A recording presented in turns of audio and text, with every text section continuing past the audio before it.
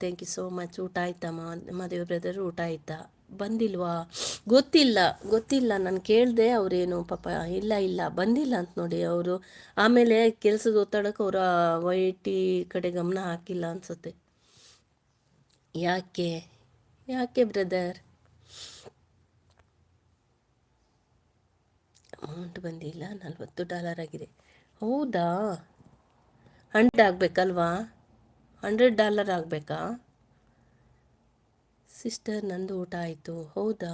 ಹೌದೌದೌದು ಆಗಬೇಕು. ಓಹೋ, ಅದು ಡಾಲರ್ ಎಲ್ಲ ಹೇಗೆ ಕೌಂಟ್ ಆಗುತ್ತೋ ಗೊತ್ತಾಗಲ್ಲ ಅಲ್ವಾ ಬ್ರದರ್? ಅದು ಹೇಗೆ ಕೌಂಟ್ ಮಾಡ್ತಾರೆ?